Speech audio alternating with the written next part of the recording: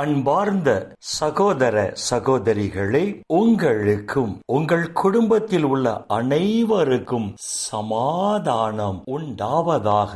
ஆமென். அன்பார்ந்த சகோதர சகோதரிகளே, இன்றைய நாளின் தியானத்திற்காக நாம் எடுத்துக்கொண்ட இறை வார்த்தை புனித பவுல் கொரிந்தியருக்கு எழுதிய முதல் திருமுகம் 4ஆம் அதிகாரம் 5வது இறை வார்த்தையின் 2வது வரி. அவரே இருளில் மறைந்து இருப்பவற்றை வெட்ட வெளிச்சம் ஆக்குவார் என்று புனித பவுல் இங்கு எழுதுகிறார்.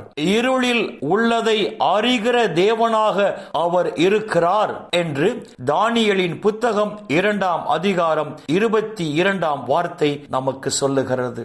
இருளில் உள்ளதை அவர் அறிகிற தேவனாக இருக்கிறபடியினால் மறைவான இடங்களில் நடக்கிற காரியங்களை அவர் அறிகிற தேவனாக இருக்கிறபடியினால் நீதி தீர்ப்பின் நாளில் நாம் இருளில் செய்த அனைத்து காரியங்களையும், மறைவான இடங்களில் மறைவில் நாம் செய்த அனைத்து காரியங்களையும் அவர் வெட்ட வெளிச்சமாக்குவார்.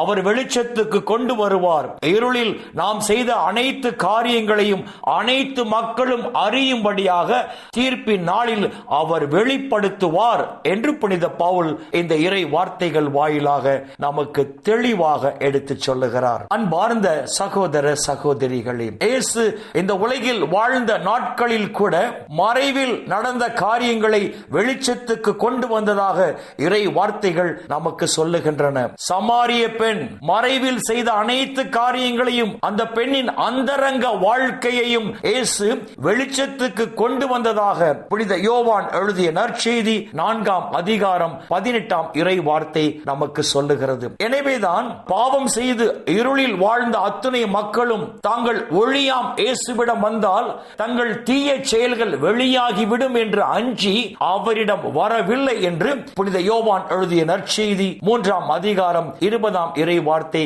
நமக்கு சொல்லுகிறது. அன்பார்ந்த சகோதர சகோதரிகளே, நாம் இருளில் செய்கிற காரியங்கள், நாம் மறைவான இடங்களில் செய்கிற காரியங்கள் இந்த உலகின் மனிதர்களுக்கு தெரியாமல் போகலாம். ஆனால் அது கடவுளின் கண்களுக்கு மறைவாய் இருப்பது இல்லை என்பதை உணர்ந்து கொண்டு புனித பேதுரு தான் எழுதிய முதல் திருமுகம் 1 அதிகாரம் 17ஆம் இறை வார்த்தையில் சொல்லி இருக்கிறபடி இந்த உலகில் வாழும் நாட்கள் எல்லாம் அவருக்கு அஞ்சி பரிசுத்தமான ஒரு வாழ்க்கை வாழ்வோம். அப்பொழுது நீதி தீர்ப்பின் நாளில் நாம் அனைவரும் அவரது பாராட்டை பெறுவோம். இந்த இறை சிந்தனைகளோடு நாம் ஜெபத்திற்குள் கடந்து செல்வோம். எங்களை நேசிக்கிற நல்ல பிதாவே, அப்பா, இந்த உலகில் இன்னும் ஒரு நாளை நீர் எங்களுக்கு சேர்த்து தந்த உம்முடைய கிருபைக்கு நன்றி சொல்லுகிறோம். தீர்ப்பின் நாளில் இருளில் செய்கிற அனைத்து காரியங்களையும் நீர் வெளிச்சத்துக்கு கொண்டு வருவீர் என்று உம்முடைய உயிருள்ள வார்த்தைகள் வாயிலாக எங்களோடு பேசினீரே. அப்பா, உமக்கு நன்றி சொல்லுகிறோம். விண்ணகர் ஆட்சியத்தை சொந்தமாக்கிக் கொள்ள